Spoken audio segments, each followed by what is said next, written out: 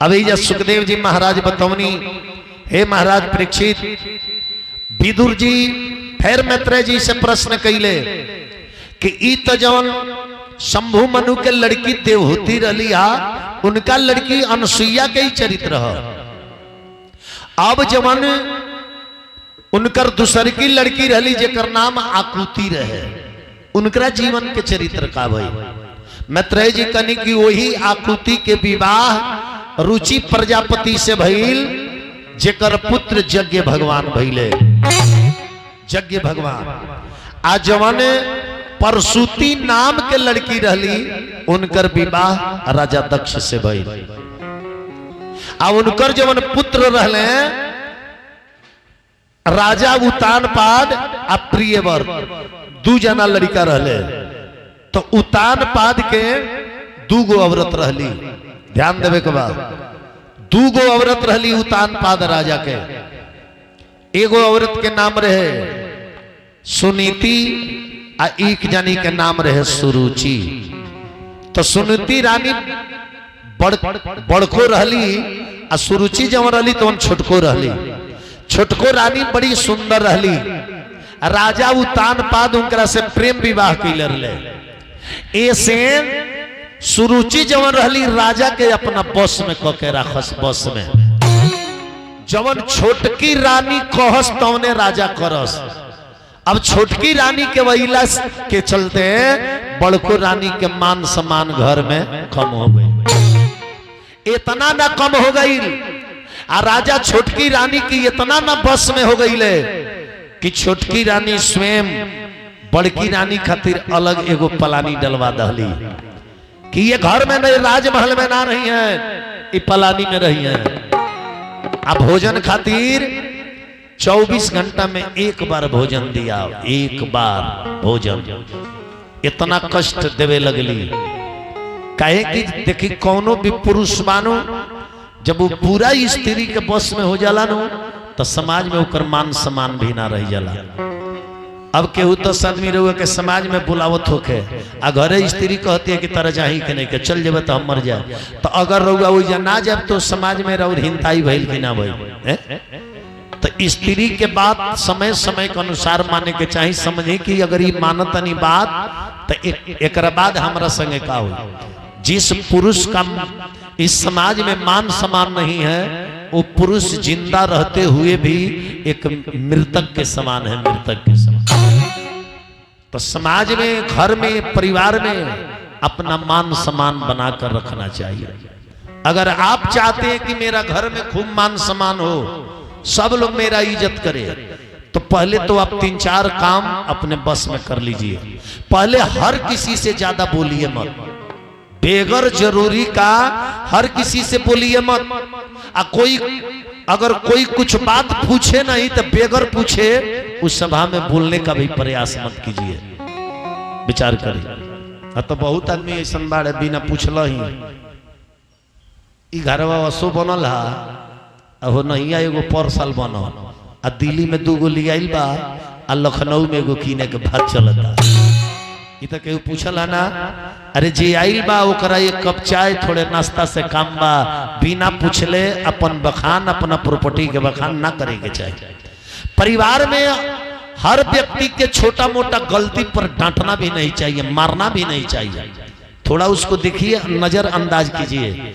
अगर बार बार वो व्यक्ति गलती कर रहा है तब कभी शांति से बैठा कर उसको समझाइए कि ऐसा नहीं करना चाहिए बेटा, तुझको मैं 3 दिन से देख रहा हूं, तू ये गलती कर रहा है। उसका सुधार भी हो जाएगा और आपका मान सम्मान भी रहेगा। छोटो मोटो गलती में हरदम मारत रहे, डांटत रहे तो लोग कही जे जस बुढ़ाता रहे तस पगलाई जाता रहे, कर मती गति ठीक नहीं क्या।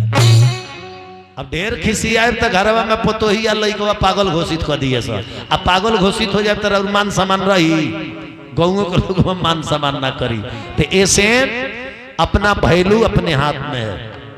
घर में औरतें बाड़ी, भोजन बनौले बाड़ी, संजोग बस अगर सब्जी में नमक नहीं खे पड़ल, अरुआ के खाना दे दहली, अरुआ चुपके से खाई देखे में तो नीमक नहीं खे, कुछ मत बोली, चुपचाप जौन बुझाओ एक रोटी आधा रोटी खाई अपना काम में निकल जाई। का है कि अब रउआ बादू भोजन में और पत्नी खाई है नो, रउआ बादू खाई है कि ना खाई है, खाई है तो देखिए तो कहेंगे आई बा रे ये में तो नीमक नहीं खे, वहाँ के खा के चल गई नी तनको न बोलनी, आई हो दादा खिसी अबो न कहनी।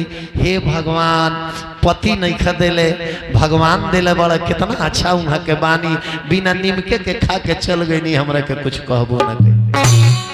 साझी खन से सुधार कर लिए, साझी खन से नीमक भोरना पड़ी, अना तरह खई नहीं देखनी के मैं नीमक खैले नहीं खे, खिसिया के थरिया फेंक के खिसिया के काम पर चल गई नी, कहनी जी हटाओ इसमें नीमक नहीं है।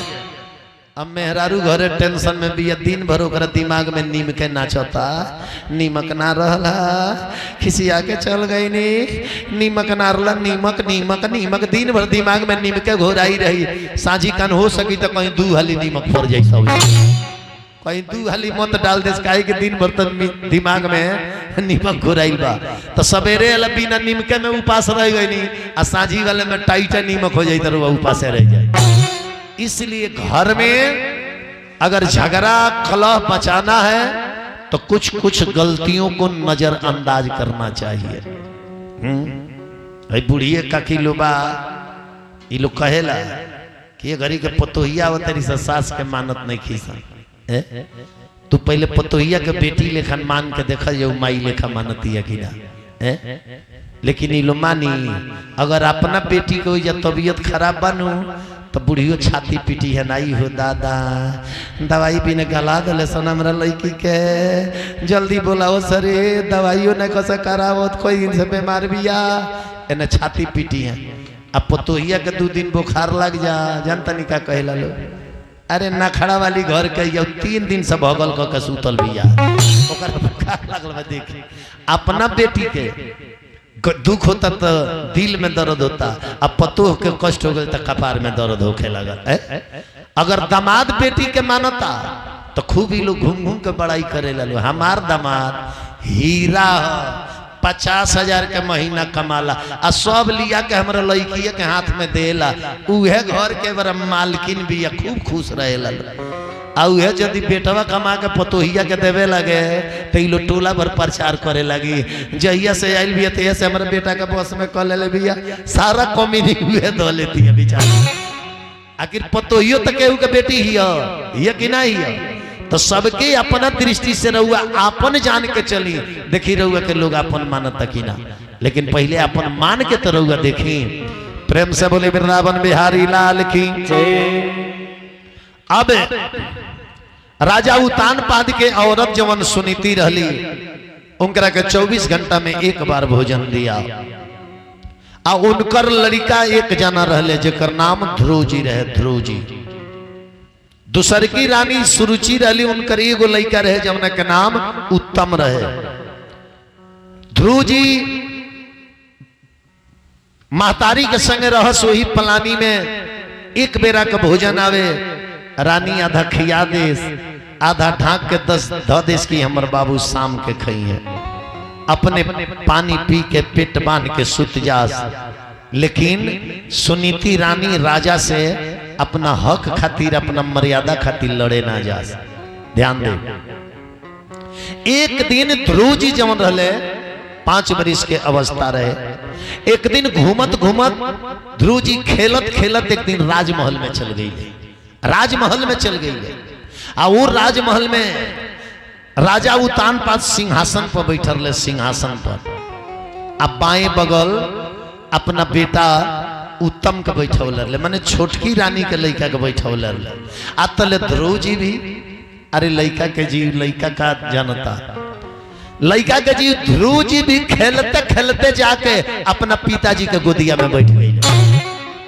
ध्रुव जी भी खेलते खेलते अपना पिताजी के गोदिया में बैठ गई। तले छोटकी रानी देख लहली, छोटकी रानी देख लहली नु तो जान तनी का भइल, तौर के अइली आ ध्रुव जी के बहिया पकड़ के आ राजा के गोदिया में से खींच के अलगे ठाह दिलिए, ठाह के एक चाटी मरली। कहली कि राजा के गोदी में बैठबा, हमारा सवत के बेटा हो के राजा के गोदी में बैठबा। अगर राजा के गोदी में बैठे के शौक बा तो जाके भगवान के भजन करो, भगवान से प्रदान मांगो। आ हमारा पेट से जहिया जन्म लेब तबे राजा के गोदी में बैठे लायक तू। ओ हमारा सवत के गर्भ से ताहर जन्म भइल बा, तू राजा के गोदी में ना बैठ सकेला। 5 बरिस के अवस्था ध्रुव जी के ई बात जानो तनी नु, गोली के समान बाण के समान ध्रुव जी के हृदय में लागल। छोटकी माई के वचन बाण के समान ध्रुव जी के हृदय में लागल। अरे बोलिया रे लागल जैसे गोलिया, आर्य ध्रुव जी रोवे जा रे बेजारे। बोलिया रे लागल जैसे पानवा, गुरु जी रोवे जा रे बोलिया रे लागल जैसे पानवा। आर्य ध्रुव जी रोवे जा रे बेजारे। बोलिया रे लागल जैसे पानवा, गुरु जी रोवे जा रे बोलिया रे लागल जैसे पानवा। बोलिया रे लागल जैसे पानवा, ध्रुव रोवे जा रे बेजार। बोलिया रे लागल जैसे पानवा, गुरु जी रोवे कवना करनवा हो मैया, आसन सदिहली तारे। कवना करनवा हो मैया, आसन सदिहली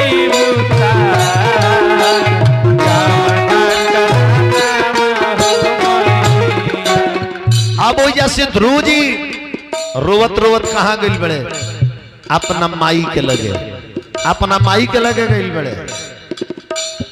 अरे रोवत रोवत गईल बाड़े, हरे देखली उनकर माई, प्रेम से करे दुलार लगली गोदी में बैठाई। रोवत रोवत गईल बाड़े, देखली उनकर माई, प्रेम से दुलार करे लगली गोदी में बैठाई। अरे कवना करनवा हो रोवेला, ध्रुव जी के माई पूछतरी कवना करनवा हो रोवेला। सुगाना रे हमारे कवना करनवा हो रोवेला। सुगाना रे कवना करनवा हो रोवेला। 5 बरिस के ध्रुव जी जब बिलख के रोवस नो तो उनकर एक बूंद आंसू 1000 टुकड़ा बन के धरती पर गिरे। उनकर माई सुनीति कहली कि बेटा काहे रोवता रहो, काहे रोवता रहो। आरे कवना करनवा बबुआ रोवता रहो, गिरेला आंसुआन धार।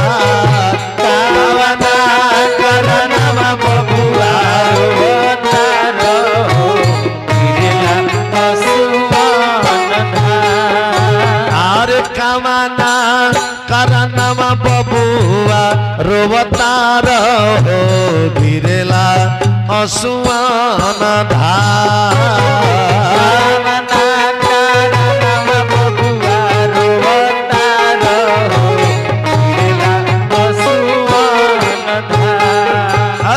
गोदी में बैठा के मैया करे लगली हो अपना बबुआ के दुलार।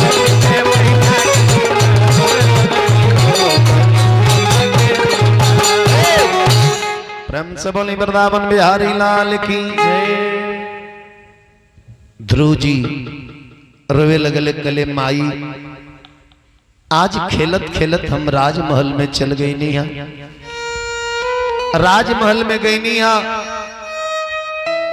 छोटकी माई के पुत्र उत्तम के जब हम अपना पिता के गोदी में बैठल दिखनी है, हमरो मन में ललसाई लगे तनी बाबूजी के गोदी में जाकर बैठते। जैसे बाबूजी के गोदी में जाकर बैठनी है, छोटकी माई हमरा के खींच के नीचे गिरा दे लिया, एक चाटी खींच के मरले बाड़ी। आ कहतारी कि अगर राजा के गोदी में बैठे के बा, राजकुमार बने के बा, तो वो सवत के पुत्र ना भगवान के दर्शन करो, भक्ति करो, आ हमारा पेट से जन्म ल, तब तू महाराज के गोदी में बैठ सकेला।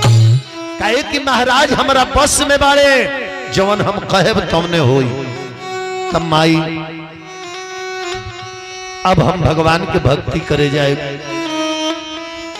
भगवान के भक्ति करे जाए। माई के वचन हृदय में लाग गई बा, आज जब तक ले भगवान के हम दर्शन ना करे तले लौट के ना जाई। उनकर माई सुन ली तो गली कहा, 5 बरिस के अवस्था में तू जंगल में जाइबो, वो तपस्या करे। अरे वो जंगल में जंगली जानवर रहे ले जा, हिंसक पशु रहे ले जा। अरे बेटा इतना कम उम्र में तू तपस्या करे, जंगल में मत जा बेटा, मत जा। अखबारी में पकड़ के माई सुनीति रोए लगली, कली कि तू ही तेगो हमरा यहाँ के पुत्री बाड़ा। हरी तहरे के त देख के 24 घंटा में एक बार भोजन मिलत, फिर भी तहरे के देख के ये जिंदगी के हम रखले बानी है ना। तो हमारा संगे जितना अत्याचार भइली, जिंदगी हम कबे के खत्म कर देले रहती, लेकिन बेटा तहरे सहारे ते जिंदगी के जियतानी। आ तू यदि अपना माई के छोड़ के जंगल में तपस्या करे चल जाइबो, तब तहरा माई के सहारा के होई, तहर माई के न रह पइए। अरे बेटा राजमहल के तरफ मैं देखूं या ना देखूं, लेकिन 24 घंटा में एक बार तुझे मैं नहीं देखती हूं तो मुझे हृदय में आनंद नहीं आता है। भोजन मिले ना मिले, तू मेरे गोदी में बैठ जाता है ना, मेरा सारा भूख मिट जाता है। मुझे लगता है कि मैं कितना भोजन कर ली हूं। अगर तू मुझे छोड़ करके चले जाएगा तो तेरी माँ मर जाएगी। बेटा तू मत जा, मत जा। लेकिन माई के को वचन हृदय में दरोजी धारण ना कैले, कमंडल उठौले, सीधे जाए लगले, सीधे जंगल के रास्ता पकड़ ले। जंगल के रास्ता पकड़ ले। कुछ मंत्री लो जाके राजा से कहल, ए महाराज, अरे बड़की महारानी के लड़का ध्रुव जी देखी उदी 5 बरिस के अवस्था में जंगल में जा रहा बड़े। अरे महाराज रुकवाई, अरे वो नादान लड़का जंगल में जाई है, तो जंगल में बाघ पशु हिंसक जीव रहे ले जा, वो बाबू के हत्या हो जाई। अरे कितनो हुए तो राउरे पुत्र हुए, अब बड़की महारानी तो रउआ संगे कोनो अन्याय कैले नहीं की, रउरा छोटकी महारानी के बस में पड़ के बड़की महारानी के संगे रउआ अन्याय कैले बनी। कम से कम लड़कवा के बचा लिहल जाओ, जंगल में ना जाए दिहल जाओ। राजा सोचले कि शायद एक टाइम के भोजन दिया था, यही से भूख से व्याकुल होकर छोड़ के जाता रहे। राजा मंत्री लोग के भेजवावले, काहे कि राजा के खुद पावर ना रहे जे अपना लड़का के रोके जास। काहे कि छोटकी महारानी वही जा खड़ा रहली, कली कि अगर चल जाइबा हमारा सवत के पुत्र के रोके तो हमें घर में अपन आत्महत्या कर ले। राजा खुद ना गईले वो लड़का करो। मंत्री से खबर भेजौले, कले कि जाके कह दा कि एक बेरा के ना 1 महीना के राशन एक बेर दियाई। जाके मंत्री लोग कहल, तब वो ध्रुव जी ना लौटले। फिर राजा खबर भेजौले कि जाके कह दलो कि आधा राज पाट दिया जाता बड़की महारानी के। ध्रुव जी से कह दलो कि तारा माई के आधा राज पाट दिया जाता, लौट चलो। जाके मंत्री लोग कहल, तब वो ध्रुव जी ना लौटले। काहे 5 बरिस के अवस्था में रहले, लेकिन बुद्धि बड़ी रहे, सोचले कि अभी भगवान के भक्ति कैले नहीं खे, अभी करे जाता नहीं, अभी भक्ति करे जाता नहीं, तो एक टाइम से भोजन के महीना दिन के भोजन मिले लगा। अब महीना दिन के छोड़ के अभी आधा रास्ता में आइल बनी तो आधा राजपाट मिले लगल। आ यदि भक्ति करके दर्शन कर ले तो राज के पूछता हमरा एगो अलग लोके मिल जाए ना लौटले। फिर चलत चलत वृंदावन के तरफ जाए लगले, वृंदावन के तरफ जाए लगले। अब 5 बरिस के लड़का ना कोनो मंत्र ना तंत्र ना पूजा ना पाठ ना विधि कुछ जानते ना रहे।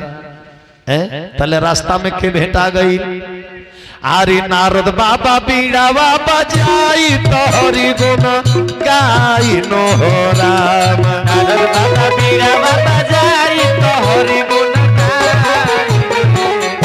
आरे नारद बाबा बीड़ावा बजाई तोहरी गुण गाई नो हो राम। आरे रहिया चलले मुस्काई तोहरी गुण गाई नो हो राम। रहिया चलले मुस्काई तोहरी गुण गाई। अरे रहिया चलले मुस्काई तोहरी गुण गाई नो हो राम।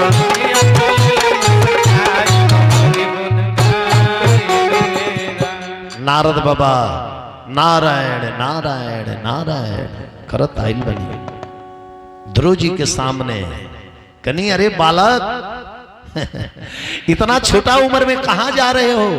जंगल की तरफ कहां जा रहे हो? ध्रुव जी कहनी कि हम भगवान के दर्शन करें। हैं दर्शन करें? कोनो मंत्र तंत्र मालूम बा? कोनो पूजा पाठ मालूम बा? कौना नाम से भगवान के बोलैबो? हैं कौना नाम से बोलैबो भगवान के? कोनो मंत्र जानता रह? कहले कि महाराज हम नहीं जानत। तो रउआ तो एक तो ब्राह्मण और दूसरे में विद्वान, अब रउआ ले भगवान के महामंत्र के जानत हुई। अब हम कहाँ के कर से मंत्र पूछे जाई? भगवान के कृपा से रउआ भेटाइल बनी। हमरा बुझाता जब मंत्रवे बतावे खातिर भगवान के कृपा रउआ भइल बा कि रउआ हमरा लगे आ गइल बनी। अब हम कहाँ जाई? रउआ हमरा के मंत्र बता दी कि कवना मंत्र से भगवान खुश होकर। तो यही जा नारद जी बतौनी 12 अक्षर मंत्र। ओम भागवते वासुदेवाय नमः। ओम भागवते वासुदेवाय नमः। ध्यान देवे के बाद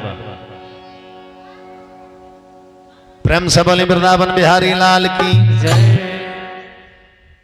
अब ध्रुव जी जंगल में चल गई नी। कुछ दिन खाली एगो पेड़ के पत्ता चबा के तपस्या कैनी। कुछ दिन सिर्फ हवा पी के आ कुछ दिन ही गान अन्न जल साफा त्याग के एक गुड़ पर खड़ा होके आ वो मंत्र के जाप करतनी। ओम भगवते वासुदेवाय नमः। ओम भगवते वासुदेवाय नमः। अब देखिए ध्रुव जी के वो तपस्या से डिगा देवे खातिर, अभी चल कर देवे खातिर बर्फबारी होके लगल, आंधी चले लगल, तूफान चले लगल। अरे भगवानी महिमा से बाघ शेर हाथी आके चिघड़े लगली संजय। अभी भी डेरा के लड़का तपस्या तुर दे। तब वो ध्रुव जी के केनहू ध्यान ना जाओ, बस सिर्फ भगवान के नाम के जाप करस। अरे यहाँ तक ले जे ध्रुव जी के मोहित करे खातिर उनका महतारी के आवाज में लोग आवाज लगावे कि बेटा लवटिया छोड़ दे तपस्या, तू लवटिया, तेरे माँ के ऊपर आपत्ति आया है, तेरे माँ के ऊपर विपत्ति आया है, बेटा तू लवटिया लवटिया। लेकिन फिर भी ध्रुव जी आंख ना खुले, तपस्या में लागले रह गए। तब ध्रुव जी के सामने तेज पुंज प्रकाश प्रकट भइल। वो प्रकाश के किरण जब पड़ल तब ध्रुव जी के चेतना जागल। ध्रुव जी नेत्र खुलले, आकाशवाणी भइल कि मैं तुम्हारे तपस्या से खुश हूं। ध्रुव जी कहले कि खुश हैं प्रभु, तो मैं आपसे कोई वर नहीं मांगूंगा, लेकिन आप यही वर दीजिए कि मेरा अविचल भक्ति आपके चरणों में लगा रहे। और आप तपस्या पर खुश हैं तो इस ज्वाला रूप में नहीं, साक्षात रूप में मुझको दर्शन दीजिए। दर्शन ध्रुव जी कहले बानी अरे प्रभु आपको भर नजर देखना है, प्रभु आपको भर नजर देखना है, प्रभु आपको भर नजर देखना है, प्रभु आपको भर नजर देखना है। आप जिधर है, आप जिधर है उधर देखना है, प्रभु आपको भर नजर देखना है, प्रभु आपको भर नजर देखना है, प्रभु आपको भर नजर देखना है। प्रभु आपको भर नजर देखना। प्रेम से बोले वृंदावन बिहारी लाल की जय। भगवान तब ध्रुव जी के दर्शन दहनी, जावना ध्रुव जी के तपस्या में जाए से पहले राज के पाट के सिंहासन के लालच दिखावल जाओ। आज ध्रुव जी भगवान के भक्ति क के एगो अलग लोक पा गईले, जावना के लोक, जावना लोक के नाम ध्रुव लोक है। ध्रुव लोक मानस में भी लिखल बा, ध्रुव सगलानी जपे हरि नाऊ, अपाए अंचल अनुपम ठाऊ। अलग एगो लोक पा गई ध्रुव जी। तब भक्ति के कोनो उम्र ना होला। बहुत लोग कहेला के बहुत उम्र बा, बुढ़ारी में भजन होई, अका जने का कहीं तरह जिंदगी में बुढ़ारी अइबे ना करे, तब तो हो न गइल भजन। जब भी समय मिली, जब भी समय मिले, अपना आस्था के अर्घ जरूर देवे के चाहिए, भगवान के नाम स्मरण अवश्य करे के चाहिए। अगर वो परमात्मा के नाम के स्मरण करब, याद करब, तो याद के उल्टा होला दया, रौरा ऊपर भगवान के दया अवश्य हुई। कनो जरूरी नहीं कि जरूर भक्ति करतानी, तपस्या करतानी, रौरा मुसीबत में पड़े तो भगवान साक्षात शंख चक्र पद्म गदा ही लेके आवे और मदद करे। ना ना ना ना ना ना, ऐसा ना हो सके। रउआ कोनो संकट में फसल बानी, भगवान के भक्ति में बानी, भगवान के महिमा कृपा वो गाँव के कोनो आदमी में समा जाई, और वह आदमी बिना बोलौले जाकर और मदद करके चली आई, तो भगवान की कृपा से होला। तो ध्रुव जी जब इन्हें आईनी, बहुत दिन तपस्या कैला के बाद, तब इन्हें जवन छोटकी महारानी के लड़का उत्तम रहले, उत्तम इनकरा के यक्ष लो गई रहे शिकार खेले, तो यक्ष लो इनकरा के मार दिहल, ई मरा गईले, मर गईले। ध्यान दी, जवन छोटकी महारानी सवत के बेटा के हरदम चाहस की ई हमरा आँखी से दूर रहस, हमरा आँखी के सोझा मत आवस। भगवान ऐसा कैले कि चढ़ल जवानी में उनके बेटा उनका आँखी से दूर कर दे, उनके बेटा उनका आँखी से दूर कर दे। ऐसे दूसरा के लड़का के देख के, दूसरा के लोग के देख के जरे के ना चाहिए, हैं? कबो ना कहे के चाहिए कि हमारा आँखी के सोझा आई, हम केहू जानता उतर आँखी के सोझा आई कि ना आई, कहीं ओकरा आँखी के सोझा तू ही मत जा, ओकरा पहले तोहरे के भगवान बोला ले। तो ये से कल करो सो आज करो, आज करो सो अब पल में परलय होएगी, बहुरी करोगे अब। तो वह ध्रुव जी जब अइले, सुनिले कि हमरा छटकी माई के लड़का उत्तम के यक्ष लोग मार दिले बा, तो स्वयं धनुष बाण लेके चढ़ाई कैले। आ यक्ष लोग के जब ध्रुव जी मारे लगले, तो बहुत दिन युद्ध चले लागल, तो स्वयं शंभु मनु आके आयु युद्ध के रुकवले बानी, रुकवले बानी कि हे ध्रुव, कोई किसी को मारता नहीं है, सब अपने कर्म अपने फल के अनुसार, अपने आयु के अनुसार ही इस दुनिया से जाते हैं। लेकिन उसमें बस जाने का विधि अलग अलग होता है कि कौन अपने परिवार के सामने शांति से चला जाएगा, कौन एक्सीडेंट में चला जाएगा, कौन वध द्वारा जाएगा। वो कर्म के अनुसार उसका मृत्यु निश्चित होता है। ध्यान देवे के बाद तब वो युद्ध रुकल बा। सुखदेव जी महाराज का नहीं है राजा परीक्षित। अब मैत्रेय जी विदुर जी से राजा प्रियव्रत के वंशावली बतावे लगने। प्रियव्रत के वंशावली बतौनी। प्रियव्रत राजा के 9 गो लड़का भइले। अब यही खानदान में भगवान के 3 गो अवतार हुई। ऋषभ अवतार, पृथु अवतार, आगे चल के और में भगवान के अवतार हुई। एक कथा में सबसे पहले सुखदेव जी भगवान के 23 अवतार के दर्शा दिल बनी संक्षेप में। अब बारी बारी से परीक्षित राजा प्रश्न करत गई बनी तो 22-23 अवतार के बृहद से कहे लगल बनी सुखदेव जी महाराज। तो उहे कथवा तीसरा स्कंद के बाद आके वो कथवा बृहद से हो जाला कि कौन भगवान केकरा है जन्मले, कैसे जन्मले। तभी ई कथा आज रात्रि में हुई। फिर प्रश्न करी है कि शंभु मनु के लड़की प्रसूति के बियाह राजा दक्ष के संगे भइल तो उनकर वंशावली के ना चलल। तब आगे रात में ये पृथु महाराज के जड भरत जी के कथा हुई। अब वही में प्रसूति के विवाह भइल राजा दक्ष के संगे। उनकर लड़की सती रहली, उनकर विवाह शंकर जी के संगे भइल। और सती माई के पिता के घरे जग में गईली। आ जाके अपना पति के अपमान देखली तो अपन आत्मदाह योग अगिन से कर लहली। ये कथा रात्रि में दर्शावल जाई। प्रेम से बोले वृंदावन बिहारी लाल की।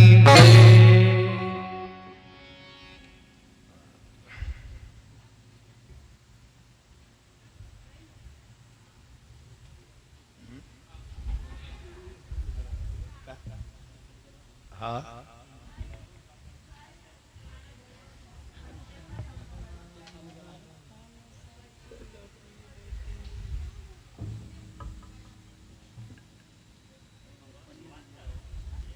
पंखवा आइयो घुमा दी बुता जाइए।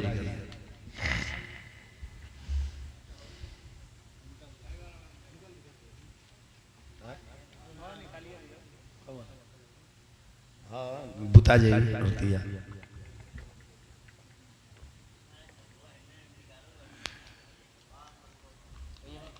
हो जाए।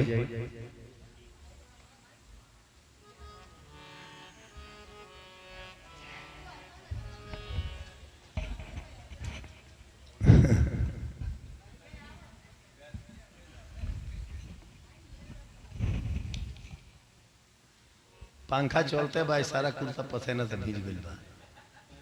पंखों का होगा न बुझाता है हीटर में से निकल गया होता।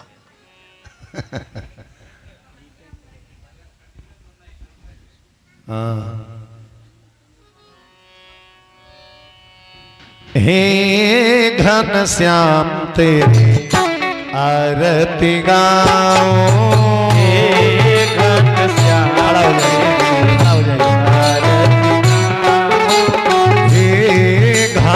श्याम तेरी आरती गाओ। हे घन श्याम तेरी आरती गाओ। हे आरती गाओ प्यारे तुझको रिझाओ। आरती गाओ प्यारे तुझको रिझाओ।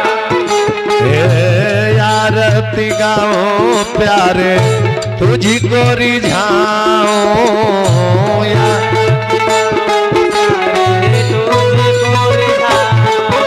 अरे हे महादेव तेरी आरती गाओ।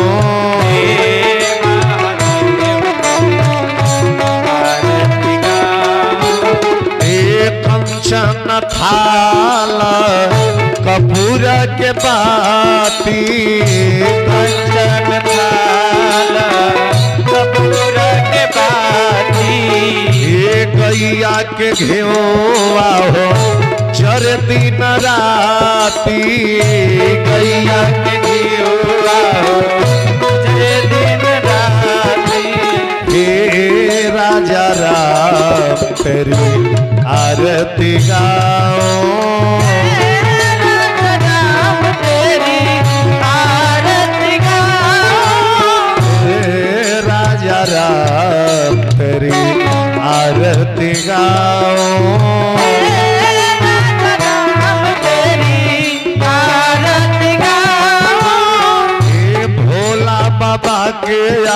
आरती पार्वती मैया के भोला बाबा के आरती पार्वती मैया के भोला बाबा के आरती पार्वती मैया के भोला बाबा के आरती पार्वती मैया के अरे हो गणेश तेरी आरती गाओ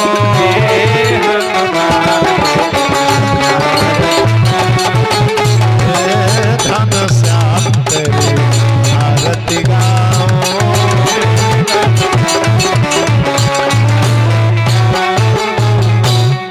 प्रेम से बोले वृंदावन बिहारी लाल की जय आज के समैया की जय कृष्ण कन्हैया की जय कामधेनु गैया की जय अपने अपने माता पिता की जय अपने अपने गुरु महाराज की जय जय जय राधे राधे श्याम सर्वे भवन्तु सुखिनः सर्वे सन्तु निरामया सर्वे भद्राणि पश्यन्तु मा कश्चित् दुःख भाग भवेत् शांति शांति शांति। चलिए रात्रि में 8 बजे से कथा प्रारंभ हुई। जय श्री राम राधे राधे श्याम।